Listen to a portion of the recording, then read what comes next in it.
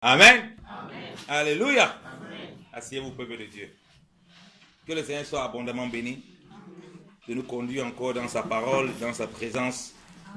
Nous devons être des femmes et des hommes qui aiment la prière et qui vivent dans la prière. C'est la meilleure façon aussi de briser les jougs. Amen.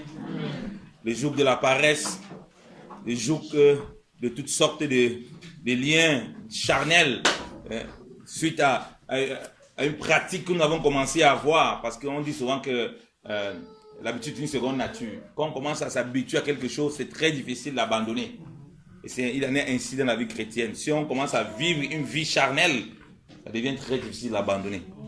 Alors, nous, enfants de Dieu, la prière est très importante. Et la parole de Dieu, pour se mirer. Parce que si tu ne t'es mis pas, tu ne vas jamais connaître ton état. Et la meilleure façon de se mirer dans la parole de Dieu, parce qu'il y a deux façons d'approcher la parole de Dieu. Il y a même plusieurs façons, mais je vais prendre deux cas principaux. Deux façons principales. Soit tu parles de la parole de Dieu, tu ne vas pas chercher les autres. Soit tu lis la parole de Dieu, toi-même tu te vois dans cette parole. Et là, il n'y a pas possibilité de te séduire. Il n'y a pas possibilité de te séduire. Ta vraie nature et ton vrai état est révélé par le Saint-Esprit. En ce moment, tu es disposé à reconnaître que, Seigneur, c'est moi qui ai l'apôtre. Si tu vas dans la parole de Dieu, tu la lis, tu ne vas pas regarder, c'est pour que les autres, tu tombes dans ce que je veux que le Seigneur me mette dans le coco partage, dans la doctrine des pharisiens, dans le levain des pharisiens, qui est l'hypocrisie et qui va te détruire. L'hypocrisie est quelque chose qui nous maintient dans un état où il est très difficile de sortir du mal, sortir du péché, il est sorti de l'orgueil. L'hypocrisie est un état dans lequel, quand on se retrouve, on devient facilement un agent de Satan. Un instrument puissant du diable. Parce qu'on ne voit plus notre état. C'est pourquoi j'ai dit, Alléluia. Amen. Alléluia. Amen. On va se parler les cœurs à cœur. Amen. Amen. La parole de Dieu est là pour nous délivrer tous. Amen. Amen. Ce que j'ai dit là, c'est d'abord pour moi-même. Alléluia. Amen.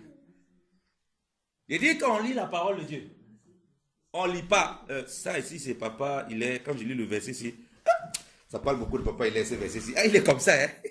Non, bien aimé dans le Seigneur. Tu es tombé dans un piège et que l'ennemi veut nous entraîner. Et il entraîne beaucoup dans ça. Tu fais la course à la connaissance pour voir les autres. Toi-même, tu ne te vois plus. Donc, je vous raconte une anecdote. Je crois que je vous ai raconté cette anecdote ici.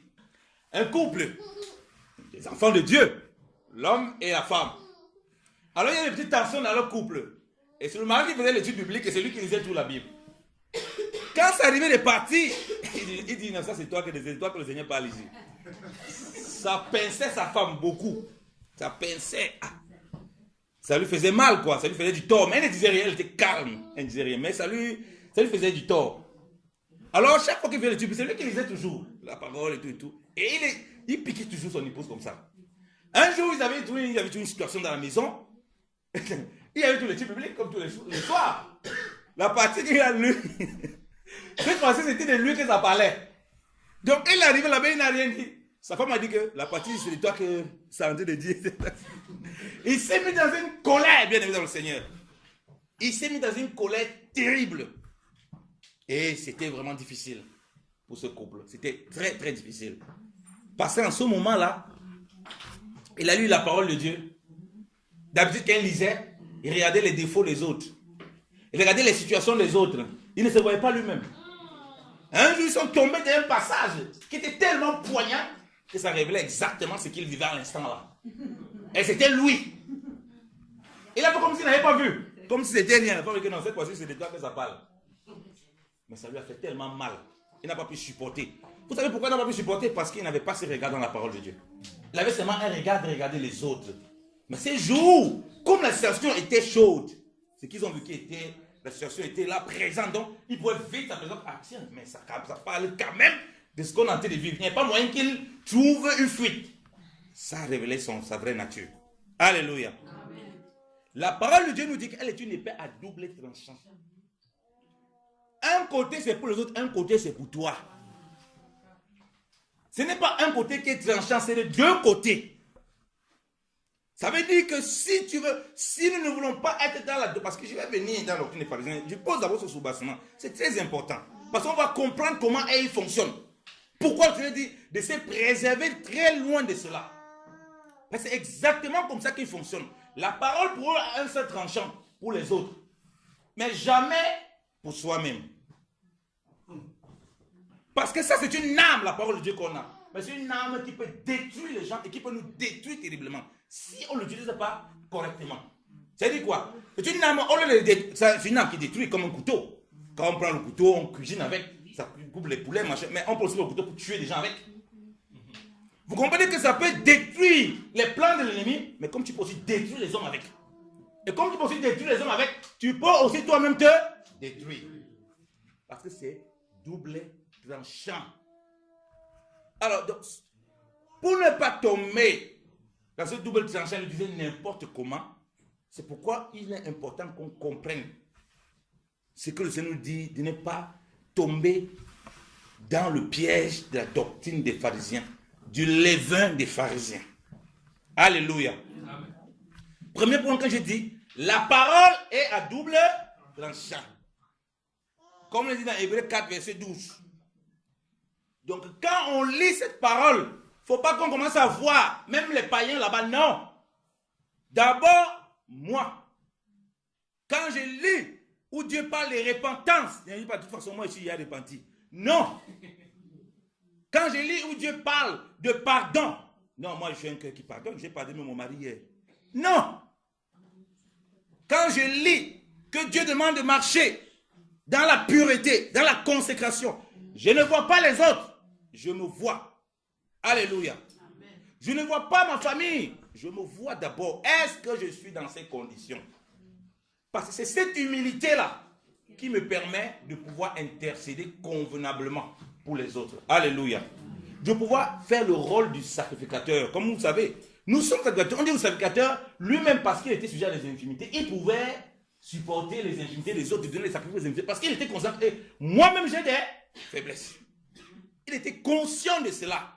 Donc, il y avait, ça le gardait dans une humilité. Il ne peut pas tomber dans l'orgueil. Il était dit, de toute façon, Dieu m'a placé ici, j'ai le pouvoir. Non. Ça veut dire que non, Dieu demande de ne pas seulement donner pour les autres, mais aussi pour moi. Donc je suis concerné par ces choses. Il faut que je sois humble. Sinon, si je me détourne de ça, je vais commencer à prendre la parole de Dieu comme une épée pour détruire les autres. Et ça va aussi me détruire. Et je tombe dans ce que le Seigneur dit, la doctrine des pharisiens. Le levain des pharisiens qui est l'hypocrisie. Les pharisiens, quand ils lisent la parole, c'est pour les autres. C'est-à-dire que ça ne s'applique jamais à eux. Qu'est-ce qu'ils font? Lisons Matthieu. Matthieu chapitre 15. Souvent, nous nous comportons comme des pharisiens. On va lire beaucoup d'aspects des pharisiens.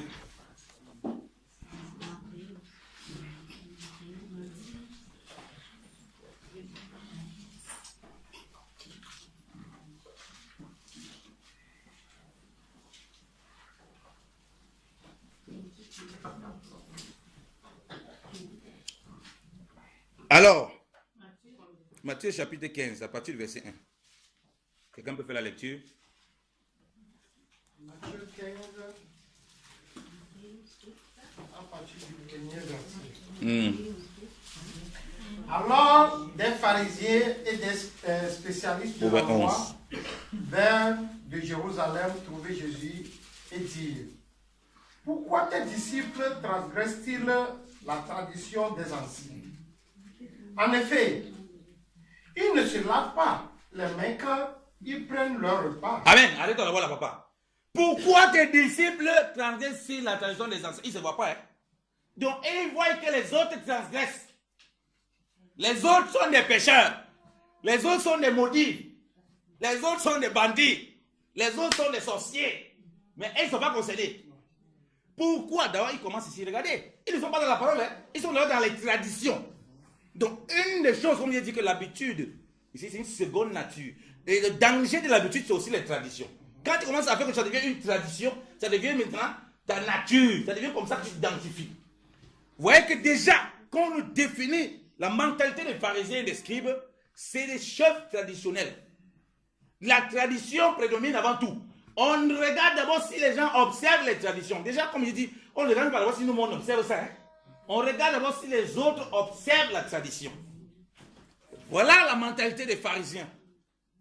Pourquoi tel est dans l'assemblée comme ça? Pourquoi tel s'habille comme ça? Pourquoi tel fait comme ça? Pourquoi tel autre fait comme ça? Lui-même, il ne se voit pas. Et c'est ça le piège de levain des pharisiens.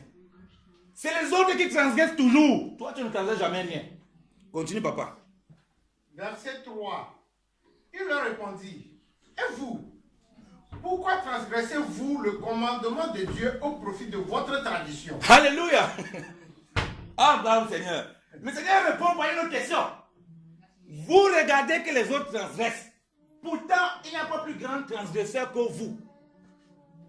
Vous transgressez la parole de Dieu au profit de votre tradition. Prenons une petite tradition. Voilà là quelqu'un, un chrétien, sa tradition, c'est que s'il t'entend avec quelqu'un, il bloque son numéro de téléphone, il l'appelle sur lui, il vote lui. C'est une tradition. Ce n'est pas ce que la parole de Dieu dit. Il n'a jamais causé avec la personne. Il n'a jamais entendu. Parce que la parole du Seigneur dit, là où vous allez, si on vous accueille, laissez votre paix. Si on vous rejette, partez votre paix. Il n'a rien fait de tout cela. Comme la personne, ça m'énerve, je ne veux plus le supporter, je ne réponds plus à ses messages, je ne cause plus avec lui. Ça devient une tradition. Partout où il part, c'est comme ça qu'il est. Quand vous voyez les gens continuent, non, c'est comme ça qu'il est, il va se calmer après. Quand il va se calmer, il va revenir à ses bons sentiments. Ça devient une tradition que tu pratiques qui n'a rien à voir avec la parole de Dieu. C'est-à-dire que si ton frère a péché, va, cause avec lui. Toi, tu dis non, moi je ne cause jamais avec lui comme ça. Là. Je me fâche, je le vois, puis pendant un mois, il m'en fout. Le jour où je suis un peu content, là, je vais continuer comme si rien n'était. C'est une tradition. C'est ça la doctrine des pharisiens. Tu n'appliques plus la parole de Dieu, tu la transgresses et tu pratiques tes traditions. Et le jour où ça t'arrange, tu reviens, tu continues le frère comme si rien n'était. Ça, c'est la doctrine des pharisiens. Parce que quand on parle de tradition, vous cherchez à voir que les gens vont aller devant les crânes. Vous ne comprenez pas que la tradition, c'est des choses qu'on peut nous-mêmes pratiquer et ça devient déjà des coutumes. De façon de faire, qui n'ont plus rien à voir avec la parole de Dieu. Alléluia. Amen. Quand toi, tu as un problème, le Seigneur dit que si on te gifle un jour droit, tu me la joue gauche, toi tu dis, moi, ne me piétine pas comme ça. Hein. Tant que la personne ne fait pas mes décisions, ne me piétine pas comme ça. C'est une tradition. Tu fais ça partout, à tout moment. Dis bien que les gens n'ont pas été piétinés. Tu te piétines, la bagarre peut commencer. C'est devenu ta tradition et ta coutume. C'est devenu notre tradition et notre coutume. Donc on marche maintenant avec ça. Hein, comme notre JBCR, c'est là où ce n'est plus la parole de Dieu qui est la référence. On n'est pas différent de cela.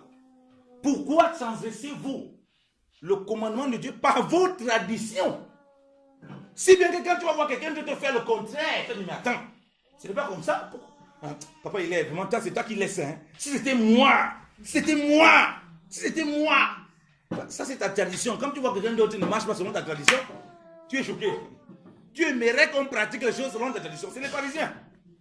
Si c'était moi, non, c'était moi. Le coup de poing qu'il devait recevoir à l'instant là, on devait d'abord laisser Jésus là de côté. C'est ta tradition que tu marches avec. Comme les pharisiens, tu marches avec ça, on marche avec ça, ta tradition. Alléluia. Amen. Là, les amens là sont faits comme ça là. Alléluia. Amen. Tu vois, quand on regarde les traditions, quand on regarde les pharisiens, ne cherchez pas loin. Commençons par nous regarder. Alléluia. C'est ta tradition lorsqu'il y a un problème avec ton mari. Plus de bonjour, plus de salutations, plus de causerie. Alléluia. Ça c'est une tradition. Alors que la Bible dit que vous êtes membres les uns les autres, vous devez vous causer. Alléluia. Tu as dit non, ça c'est ma tradition. Tu sais que je suis fâché comme ça que je me comporte, non? Tu sais que je suis fâché comme ça que je... Non, mon ami. Ça c'est une coutume. Et Dieu doit nous délivrer des traditions. Parce que ça nous fait tomber dans le levain des pharisiens. Où on viole la parole de Dieu au profit de notre tradition. On veut justifier cela. On veut justifier ça. C'est ce qu'ils veulent faire. Ils veulent justifier la tradition. Pourquoi ils transgressent la tradition, dis donc? D'abord, c'est même pas la tradition, les anciens. Donc, ils ont venu voir la tradition. Ils veulent protéger la tradition là. Alors que la parole de Dieu, là, ça les dépasse. Continue la lecture, homme de Dieu. Verset 4. En effet, Dieu a dit, honore ton père et ta mère. Et celui qui maudira son père ou sa mère sera puni de mort. Mais d'après vous, celui qui dira à son père ou à sa mère, ce dont j'aurais pu t'assister est une offrande à Dieu, n'est pas tenu d'honorer son père ou sa mère. Vous annulez ainsi la parole de Dieu au profit de votre tradition. Hypocrite, essaie à bien prophétiser sur vous quand il a dit... Isaïe. C'est pas grave. Vas-y, papa. Hypocrite, Esaïe a bien prophétisé sur vous quand il a dit: ce peuple prétend s'approcher de moi et m'honore des lèvres, mais son cœur est éloigné de moi. C'est faussement qu'il m'honore et en donnant des enseignements qui sont des commandements humains. Alléluia. Alléluia. Ce peuple m'honore des lèvres, mais leur cœur est fort éloigné de moi. Dieu lui voit dans le cœur. On commence à voir le cœur des gens là qui est exposé par le Seigneur Jésus. Voilà comment ils ont transgressé le commandement de Dieu pour fabriquer une doctrine qu'ils doivent appliquer. Ce que Dieu a dit là, c'est pas grave. Si tu peux convertir ça en don pour l'assemblée, tu n'es pas coupable devant Dieu. Donc, le commandement d'homme là est devenu la parole de Dieu. Est devenu ce qu'il pratique tous les jours. Et il dit, ça révèle notre cœur. J'ai dit toujours, les situations que nous vivons, auxquelles le Seigneur permet que nous soyons confrontés, révèlent notre capacité à obéir, notre maturité, les choses que le Seigneur a besoin de nous dépouiller encore davantage. Alléluia. Mais si devant cette situation, c'est les traditions qu'on veut sortir comme ces pharisiens, alors ça révèle tout simplement qu'on honore des lèvres, mais le cœur en est fort éloigné. Alléluia. Quand tu as un problème avec ton frère, tu le laisses. Tu vas aller chercher quelqu'un de l'extérieur là-bas pour l'insulter, pour dire toutes sortes de choses. Après, tu dis non, j'ai oublié, je suis passé dessus. Tu viens, tu causes avec ton frère comme si rien n'était. Tu es exactement dans cette doctrine-là. Ce que Dieu a demandé de faire, tu dis non. Je ne fais pas comme ça. Je vais faire autrement. Quand le Seigneur te demande de pardonner, en une journée, tu n'as pas dormi dans la colère. Il demande de pardonner. Toi, tu considères que à cause de ce qu'il t'a fait là, tu ne dois pas pardonner une journée, tu dois rester même pendant 1 mois avec ça, 3 mois. C'est exactement comme les pharisiens. Tu transgresses le commandement de Dieu au profit de ta tradition. Puis qu'est-ce que Dieu va mettre en avant? Ce qui m'a fait est trop grave. Ce qui m'a fait ceci, cela, cela. Les autres, on va... Ah, tu as raison, ma soeur, vraiment, ce qu'il a fait est difficile. Non, non, non. La parole de Dieu dit, hein, que le soleil ne couche pas sur ta colère. Donc même s'il a fait là, c'est n'importe comment, tu dois passer la journée, tu as passé autre chose. Alléluia. C'est ça la parole de Dieu. C'est ça qui te fait sortir de vivre comme un hypocrite.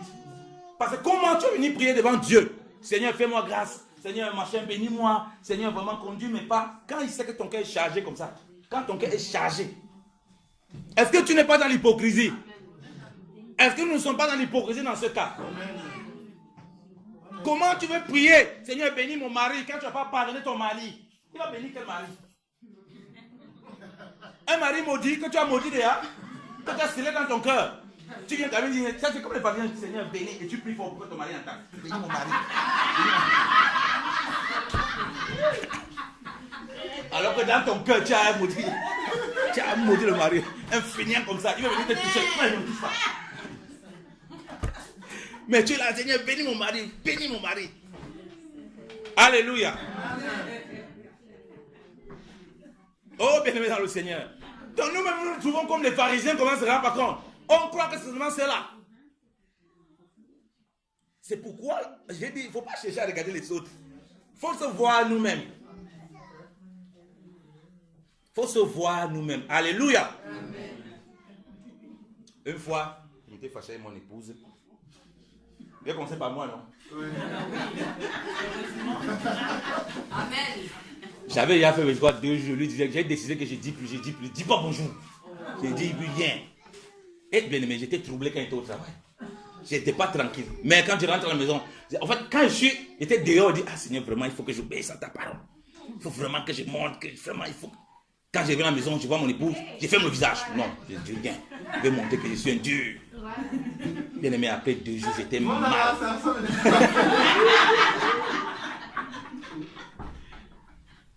Bien aimé dans le Seigneur. J'étais mal au travail, je vous assure. Et pendant ce temps, comme Dieu ne nous abandonne jamais comme ça, il met des personnes qui me ramènent à des paroles pour me secouer.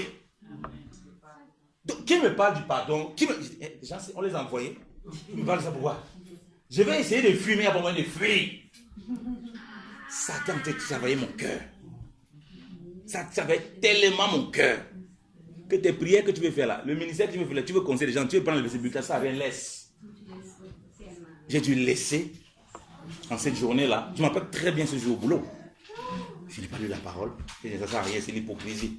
Les frères qui m'appelaient que non, explique-moi, j'ai dit que non, frère, je ne suis pas disposé pour le moment, ça ne sert à rien, c'est l'hypocrisie qu'il veut faire là. Jusqu'à aller d'abord résoudre ce problème qu'il y avait à la maison. Alléluia. Amen. Et en ce moment, j'étais en paix avec Dieu et je pouvais exercer ce que Dieu me demande d'exercer. Alléluia. Tu ne peux pas régler des situations avec des gens autour de toi. Tu en veux à quelqu'un, tu le haïs dans ton cœur.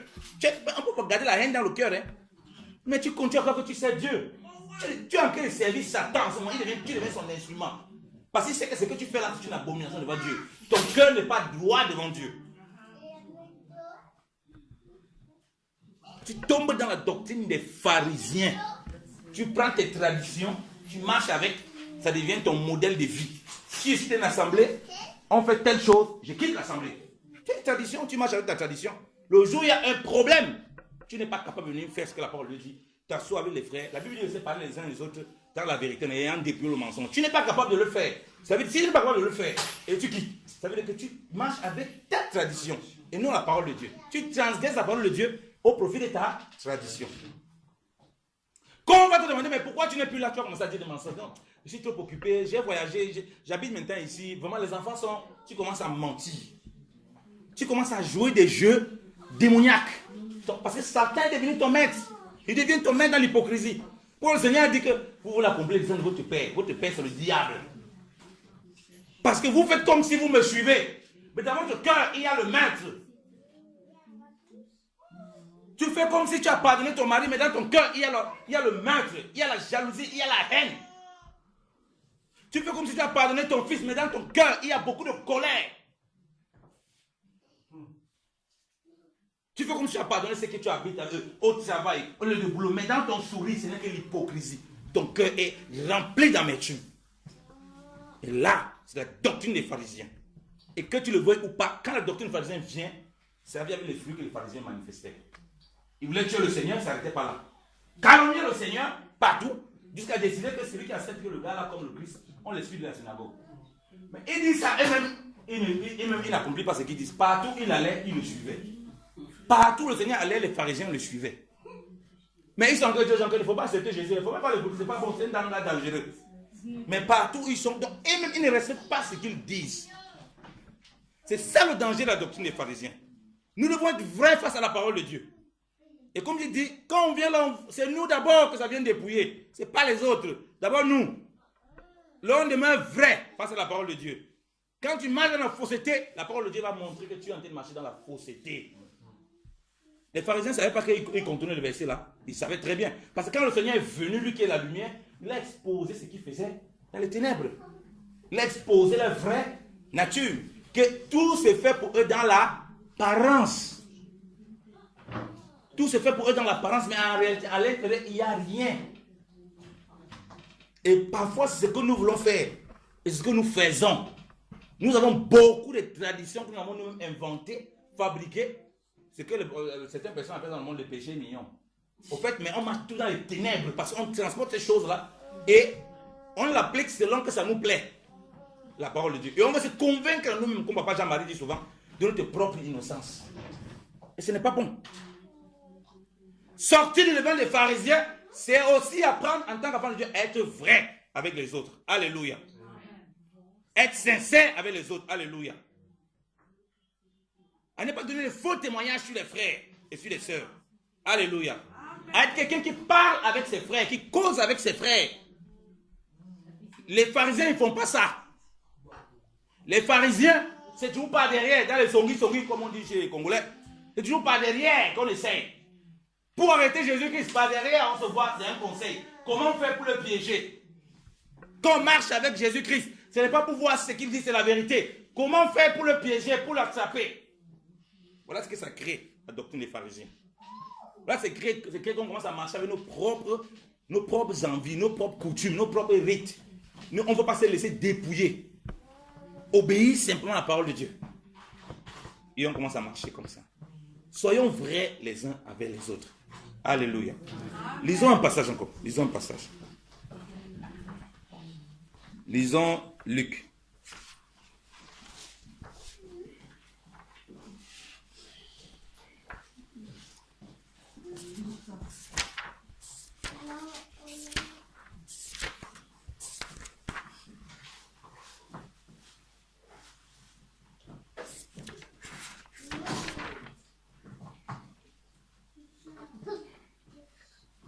Luc chapitre 12.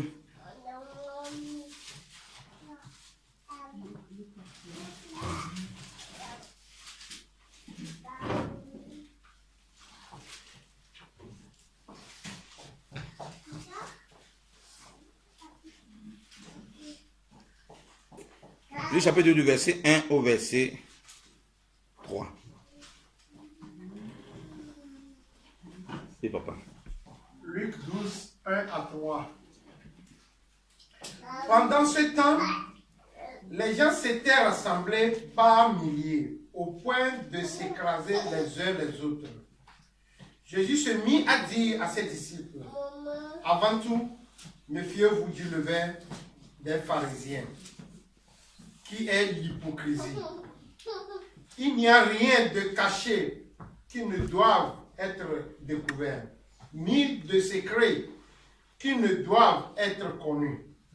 C'est pourquoi tout ce que vous aurez dit dans l'obscurité serait attendu en plein jour, et ce que vous aurez dit à l'oreille dans les chambres serait proclamé sur les toits. Alléluia. Amen. Alléluia. Amen. Le Seigneur donne ici vraiment l'attitude même des pharisiens. Et ce qui est dangereux avec les pharisiens, c'est que les pharisiens croient que c'est les autres qui sont en train de transgresser. Et voilà la typique qui dit, c'est que vous dites dans les ténèbres. Donc les pharisiens, quelqu'un qui vit vraiment dans cette hypocrisie-là, il croit qu'il est caché dans le lieu secret. Que ce qu'il dit, ce qui peut sortir de sa bouche envers les autres. Oh, le Seigneur était clair. Il dit, ce qu'il va dire là, il n'y a rien qu'il dit là-bas qui va être découvert. Alléluia. Amen. Dieu va le révéler. Alléluia. Amen. Pour nous faire sortir, si jamais nous demandons dedans, pour nous faire sortir du levain des pharisiens. Il dit, c'est qu'on va dire dans les chambres. Pourquoi? S'il amène ça à ce qu'on parle, ça veut dire que les concernés ne veulent pas vivre la parole de Dieu. Alléluia. Ne veulent pas parler de la parole de Dieu. Ne veulent pas confronter ce qu'ils disent avec la parole de Dieu. C'est pourquoi j'ai dit, si tu as un point avec ton frère, tu ne veux pas résoudre avec ton frère, mais tu commences à parler dans les ténèbres, Dieu va le révéler. Alléluia. Si tu as un point avec un péché, tu ne veux pas te repentir, Dieu va aussi le révéler. Alléluia. Pour t'amener à la délivrance.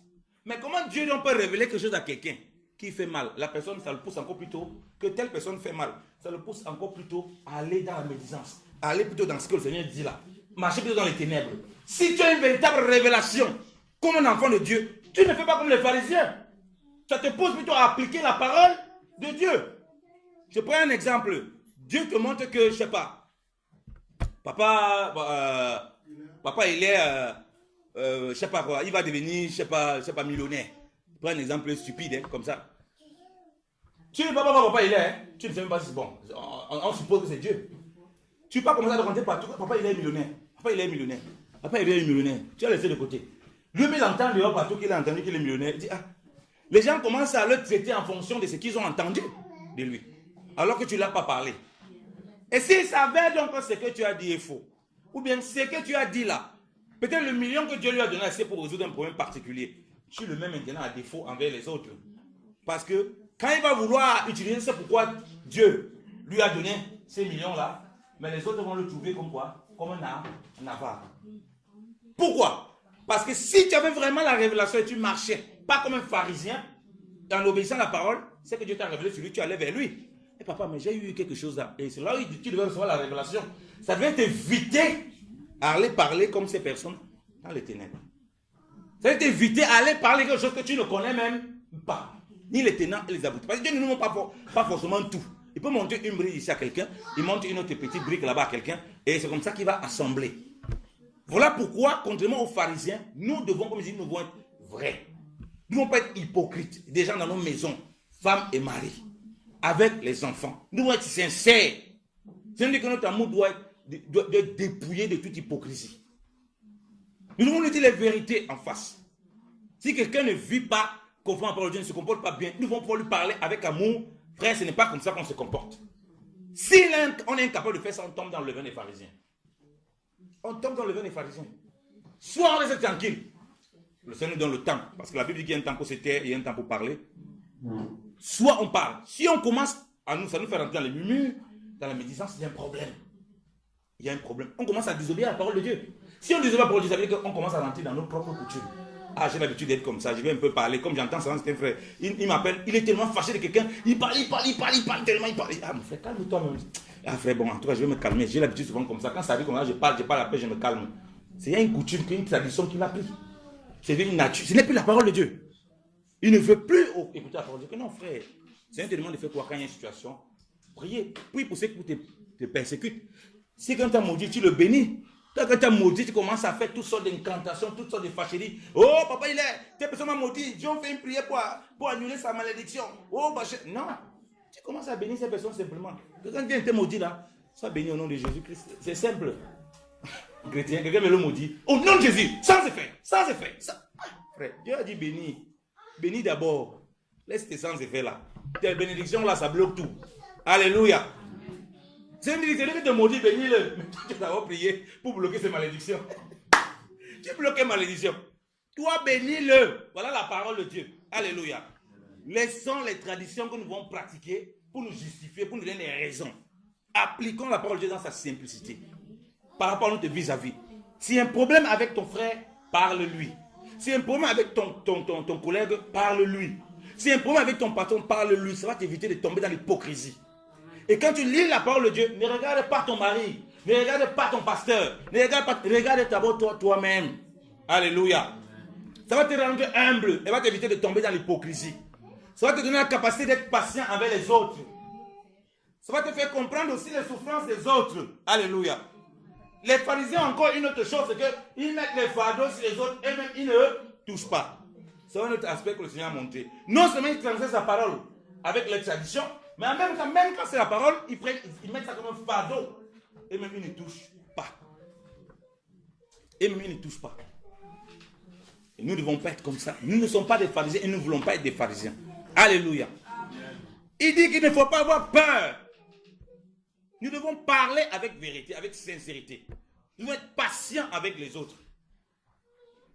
Si nous n'avons pas ce comportement, nous comportons comme les pharisiens. On met des fardeaux tellement lourds sur les autres. Nous-mêmes, nous ne faisons pas. Matthieu 23.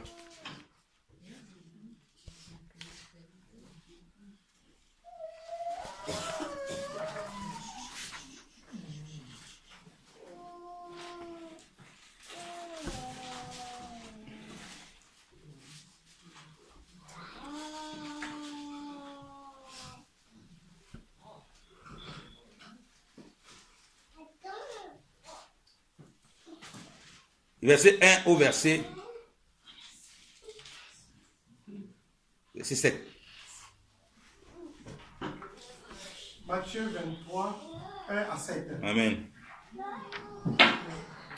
Alors Jésus s'adressa à la foule et à ses disciples en disant: les spécialistes de la loi et les pharisiens se sont fait les interprètes de Moïse. Tout ce qu'ils vous disent de respecter, faites-le donc et respectez-le. Mais n'agissez pas comme eux, car ils disent et ne font pas. Ils lient des fardeaux pesants et les mettent sur les épaules des hommes, mais ils ne veulent pas les remuer du doigt. Toutes leurs actions, ils le font pour se faire remarquer des hommes. Ainsi, ils portent des grands phylactères et allongent des franges de leurs vêtements. Ils aiment occuper la meilleure place dans les festins et les sièges d'honneur dans les synagogues. Ils aiment être salués sur les places publiques et être appelés par des hommes maîtres. Amen. Alléluia. Les pharisiens là, hein, ce n'est pas seulement ces pharisiens comme on l'a dit. Amen.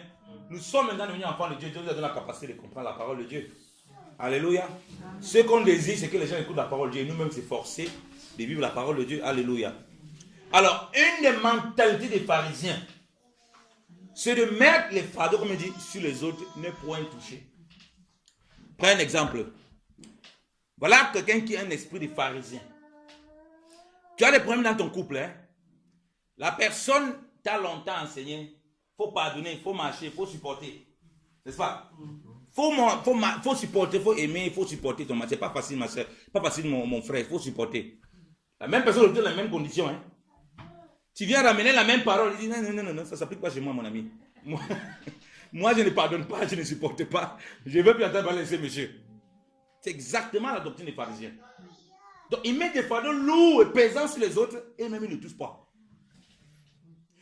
La personne te dit non, il faut aimer. Aime ton prochain, aime tous ceux qui sont dans ta maison. Dieu t'ouvre l'intelligence. Tu vois que les gens qui habitent avec toi veulent te faire du tort.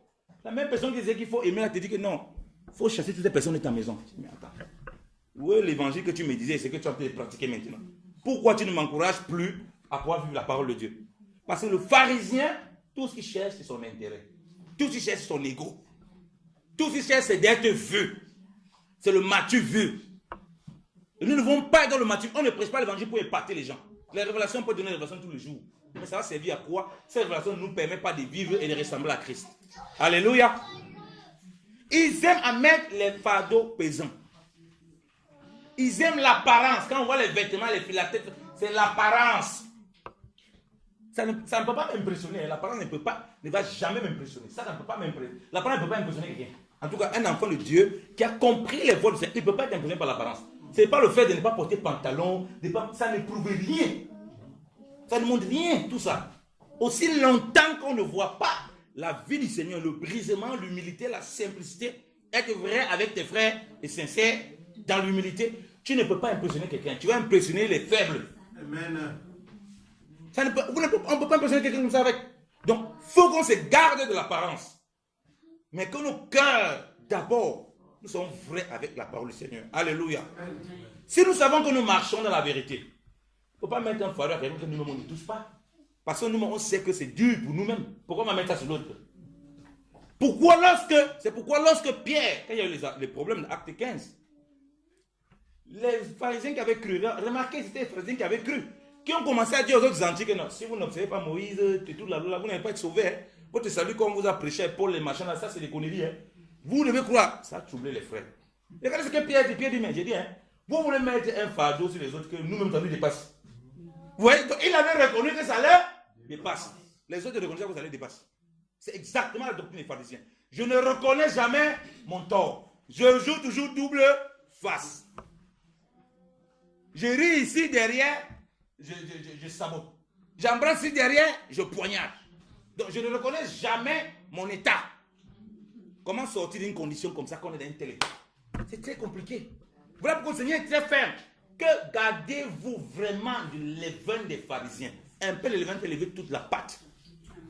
L'esprit pharisien, ça se répand très facilement. Il suffit que tu aies un peu un petit frottement avec un frère, un autre frère vient te donner une parole méchante contre lui. Ça enflamme votre relation. C'est exactement ce que les pharisiens font. Tu as un petit problème avec une sœur qui pourrait être résolu. Tu vois encore ce que la sœur a dit, tu vois encore ce qu'elle a fait. Ça enflamme. Parce qu'ils ne sont pas vrais. Parce qu'ils ne sont pas vrais. Nous devons éviter ça, bien aimé dans le Seigneur. Ne pas mettre des fardeaux sur les autres qu'on ne peut pas nous-mêmes toucher. Pierre dit, comment vous voulez que même nos ancêtres les a dépassés de portée? Nous-mêmes, ça nous dépasse. Vous voulez qu'on les mette ça sur le comment? On ne peut pas mettre un fardeau à quelqu'un que nous-mêmes, on a du mal à porter. C'est logique, non? Ça veut dire qu'il avait réalisé en tant qu'enfant de Dieu que ça là, il faut faire attention. On ne peut pas demander aux gens, pardonne, quand nous on refuse de pardonner. Ce n'est pas possible. On va paraître comme des hypocrites. On va demander aux gens, marche dans la sainteté, quand nous on rejette la sainteté. Ça n'a pas de sens. On ne peut pas demander aux gens, sois sérieux dans tout ce que tu fais. On est à l'heure dans notre cerveau, mais quand on vient à l'assemblée, on est en retard. Ce n'est pas possible. Ça ne me fait pas respectueux. On ne peut pas demander aux gens, on est un groupe, on ne participe pas au groupe, on vient quand on veut. Et on dit que non, il faut être sérieux avec l'œuvre de Dieu. Jamais, ce n'est pas possible. Qui va nous croire? Mais il n'est pas sérieux, c'est un hypocrite. Comment tu es dans un groupe? Tu ne viens jamais à l'étude biblique. Mais tu veux chercher quelqu'un pour venir dire, on a l'étude biblique là, je vais te mettre là-bas, tu as l'étude biblique. Toi-même, tu ne viens jamais. Il va te dire, mais toi, tu n'es pas sérieux, tu es un hypocrite. Tu me conseilles de venir à l'étude biblique, tu dis que c'est bien, mais toi-même, tu n'y viens pas. Tu es un hypocrite, tu me mets un fardeau que toi-même, tu n'accomplis pas. Oh mon frère, sois sérieux dans l'œuvre de Dieu. Dans tous les engagements que tu as fait, sois sérieux. Tu t'es inscrit dans un groupe, tu fais partie d'un groupe, mais tu ne participes en rien de ce groupe. Tu es purement un pharisien. Le Seigneur dit que notre oui soit oui. Notre non soit non. Le reste vient du malin. Les pharisiens, c'est ça. On est tiède. On ne sait pas si tu es froid ni chaud, ni bouillant. Tu es tiède. Tu montes une face ici, de l'autre côté, tu montes une autre face. Tu ris avec le frère ici, alors que derrière, tu as son, comme on dit chez nous au Cameroun, tu as son macabo. C'est ça le levain des pharisiens. Et on doit être dépouillé de ça.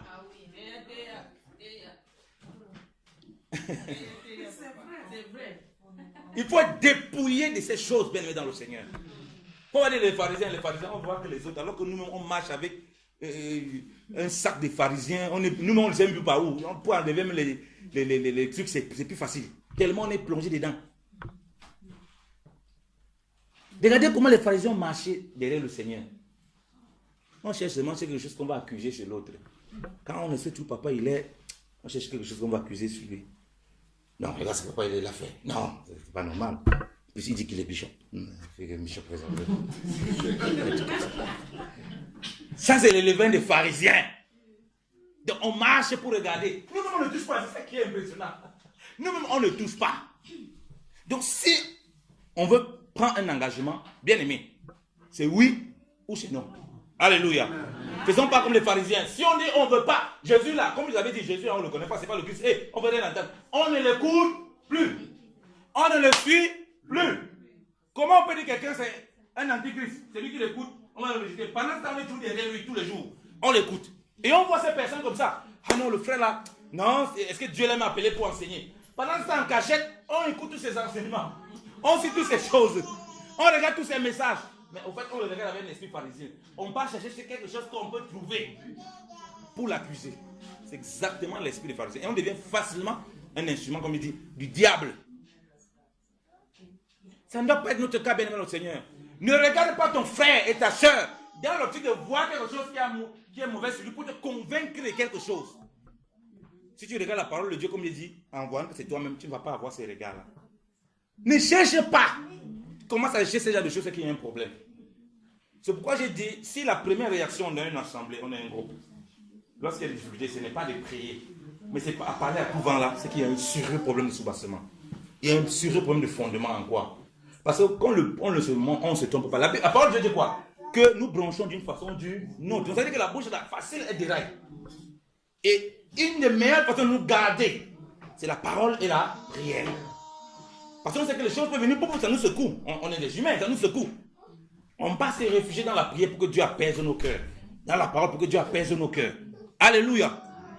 Ça nous évite de jouer le jeu des pharisiens. Et d'être patient. Faire l'œuvre de Dieu demande la patience. La patience, non seulement pour ceux qui parlent, mais aussi pour ceux qui écoutent. Alléluia. Être hypocrite, ça n'a pas. C'est avec tout le monde peut être hypocrite. L'hypocrisie, ce n'est pas quelque chose que certaines personnes l'ont et l'autre n'ont pas. Pierre lui-même est tombé dans la dissimulation, dans l'hypocrisie. Et Paul a dû le reprendre publiquement. Il était plus capable de dire aux frères, écoutez, le salut c'est pour tout le monde, comme pour les gentils, comme pour nous. Donc, nous on peut manger avec eux, on ne pêche pas. Il avait peur d'être lapidé. Il avait peur d'être rejeté. Il avait peur de la réaction des autres. Nous n'avons pas avoir peur de ça. Nous parler en toute vérité, dans l'amour. Dans l'amour bien-aimé dans le Seigneur. Alléluia. Amen. La vérité et l'amour vont ensemble. On ne peut pas vivre une vie de duplicité. On n'est pas agréable à Dieu. On ne peut pas dire on vient, on chante, on danse ici. Quand on rentre là, on vit dans une débauche terrible. Ce n'est pas possible. Ce n'est pas possible. Ça, c'est l'hypocrisie.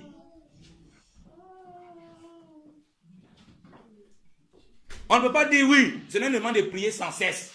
On vient ici, on ne prie même pas dans nos maisons. C'est de l'hypocrisie.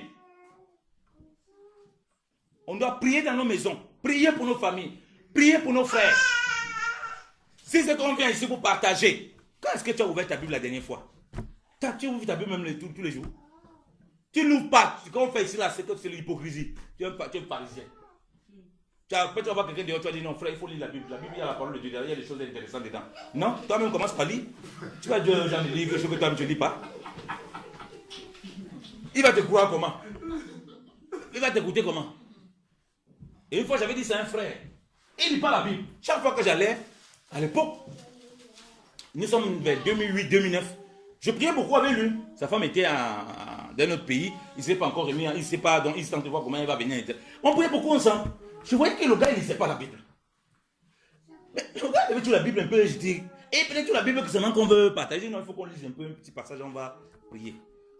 Un temps, il me parle d'un témoignage, comment il a envie de voir comment il va partager les Bibles aux gens. Les gens vont venir à l'assemblée pour lire les Bibles.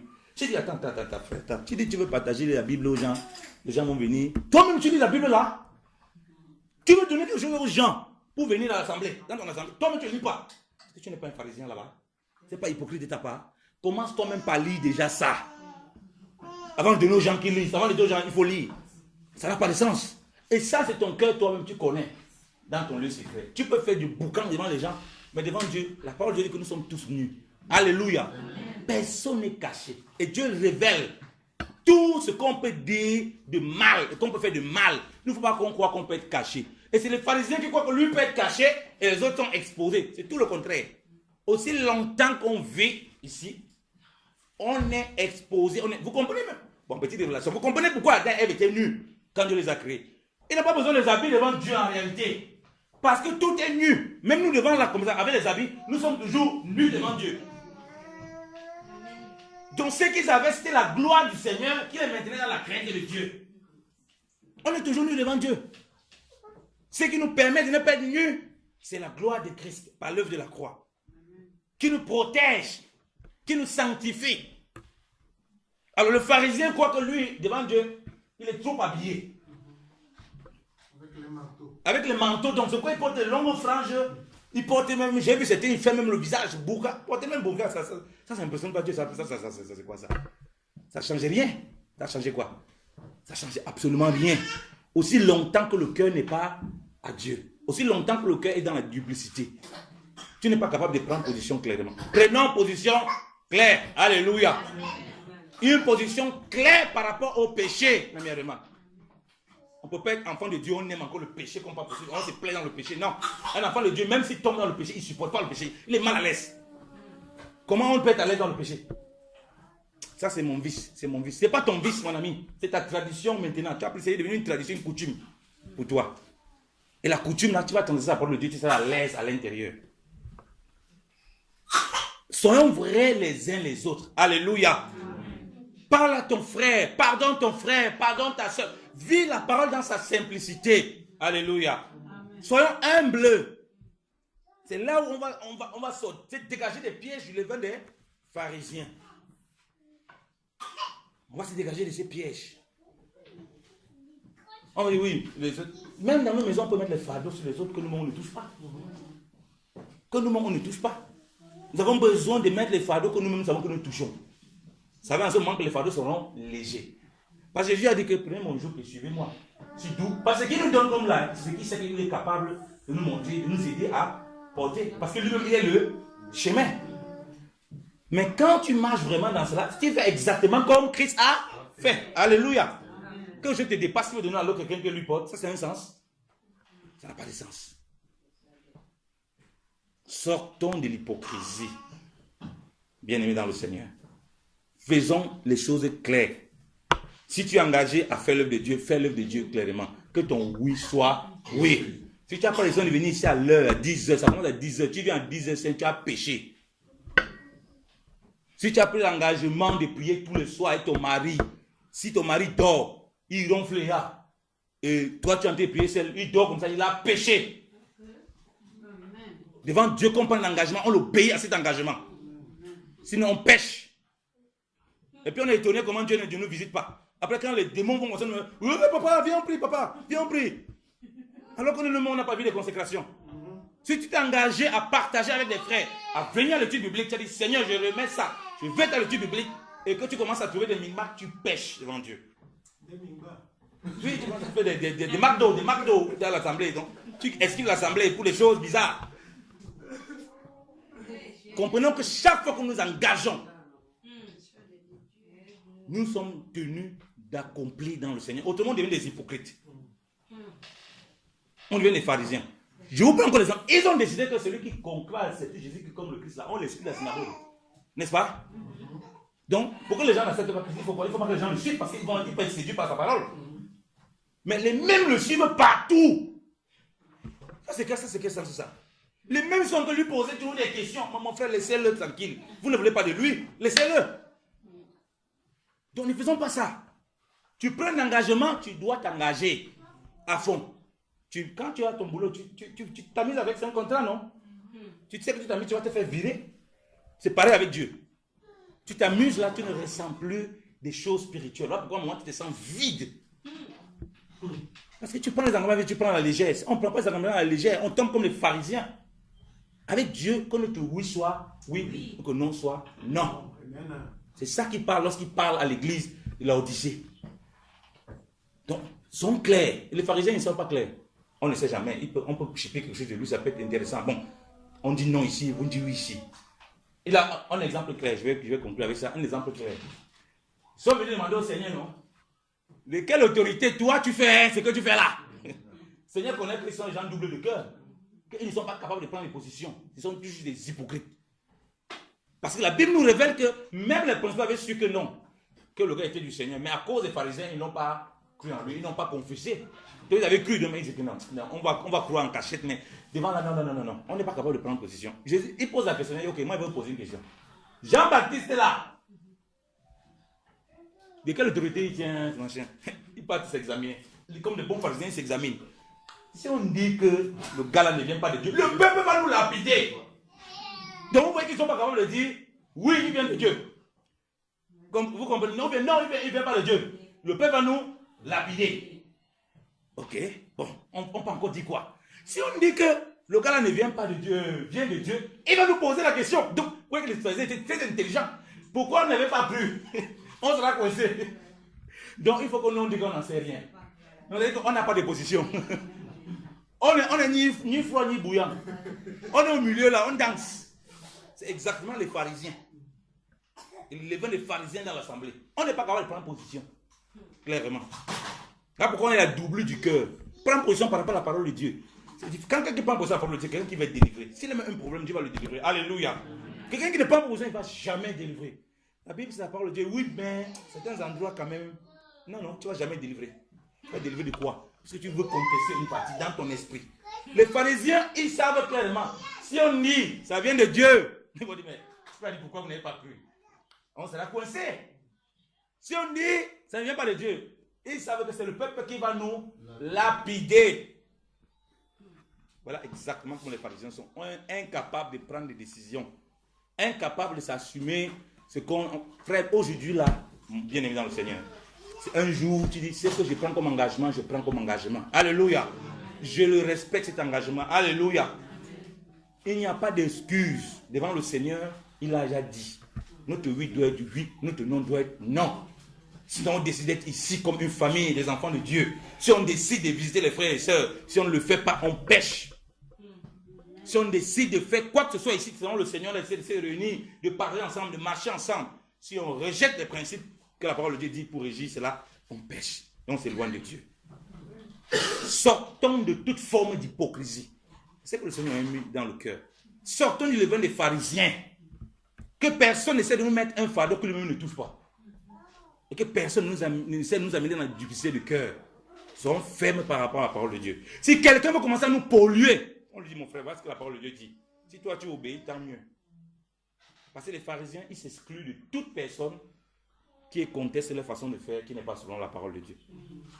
Souvent, vous allez voir quelqu'un qui a un esprit pharisien. Quand il va commencer à venir avec des esprits d'accusation auprès de vous, quand il va voir que, mais voilà ce que la parole de Dieu dit, mais est-ce que toi-même tu as fait ça? Il s'exclut de vous. Il ne peut rien faire d'autre parce qu'il cherche des collaborateurs. Mais nous ne devons pas voir cela. Alléluia. Nous devons parler selon la vérité. C'est le seul moyen de nous dépouiller de l'hypocrisie. De nous dépouiller de ces levains-là. Et Dieu, s'il nous parle, ça, il sait qu'on a ça beaucoup. C'est beaucoup là, donc on doit dépouiller de ça. Amen. Amen. Que le Seigneur vous bénisse abondamment. Amen.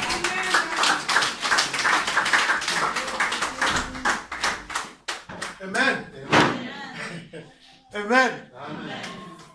Cette parole-là, ça touche personnellement. Hein? Bon, en tout cas, ça me touche moi. Je ne veux plus dire que ça touche quelqu'un. Amen. Amen. J'avais vu un sketch d'un Nigérian. Il y a un monsieur qui est parti voir l'avocat pour divorcer sa femme. Sa femme, il voulait divorcer sa femme. Parce que sa femme ne fait rien. Que lui, il est fatigué. Il a trouvé une femme au travail.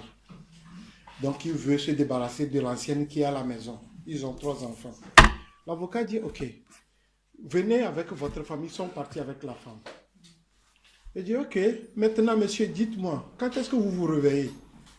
Le monsieur dit, moi, je commence le travail à 8 heures, donc je me réveille à 7 heures. Et ta femme? Il dit, elle se réveille à 4 heures. Pourquoi 4 heures? Elle doit préparer les enfants, elle doit préparer le petit déjeuner. Si moi je me réveille, je me douche, je prends avant d'aller au travail. Et lorsque tu vas au travail, elle fait quoi? Elle doit aller au marché, faire des choses pour pouvoir préparer que, après tout, elle doit amener les enfants à l'école, elle doit aller encore retourner, faire revenir les enfants. Dans tout ça, là, elle ne fait rien. Le monsieur dit, oui, moi je travaille, c'est moi qui amène l'argent à la maison. Ok, l'avocat dit, ok, maintenant on va faire quelque chose. Bon, je ne vais pas rentrer dans les détails vu le temps. Hein. Tu prends ton salaire, tu laisses à la maison, tu pars au travail, arrivé, ton salaire va faire tout à la maison pour toi. Il dit, ben comment? Pourquoi j'ai une femme? Il dit, ah, tu as une femme pour ça. Donc la femme, toutes ces charges-là, tu penses que la femme ne fait rien. Et tu penses que c'est toi seul qui travaille. On vient de nous dire qu'on aime charger. L'image là m'est encore revenue. Parce que d'habitude, on a toujours tendance que c'est nous qui faisons plus. L'autre ne fait rien. Mais si on te laisse à la place de l'autre, tu vas dire je veux revenir à ma place. Amen. Amen. Vraiment, si nous avons cette compréhension des choses, nous allons vraiment apprécier ce que l'autre fait. Et ne pas dire que non, lui ne fait rien, c'est moi qui fais tout. Et ça c'est ça qui anime les pharisiens. Les pharisiens disent qu'ils sont des spécialistes de la loi. Ils connaissent tout. Mais en réalité, ils ne font rien. Bien aimé, je peux dire à ma femme, moi je connais ce que tu fais à la maison. Je sais que tu fais ceci, tu fais ceci, tu fais ceci. Est-ce que je sais? Est-ce que je fais? Non. Savoir et faire, il y a une différence. Voilà la vie pharisienne. On connaît tout, mais on ne fait rien. Bien-aimés, sortons de cette vie. S'il nous plaît, c'est pour notre salut. Sortons de cette vie. Que c'est l'autre qui ne fait rien, que c'est moi qui fais quelque chose. En réalité, tu sais que tu ne fais rien, toi aussi. Que le Seigneur nous aide et qu'il nous garde, afin que cette vie pharisienne ne soit plus notre partage. Amen. Amen.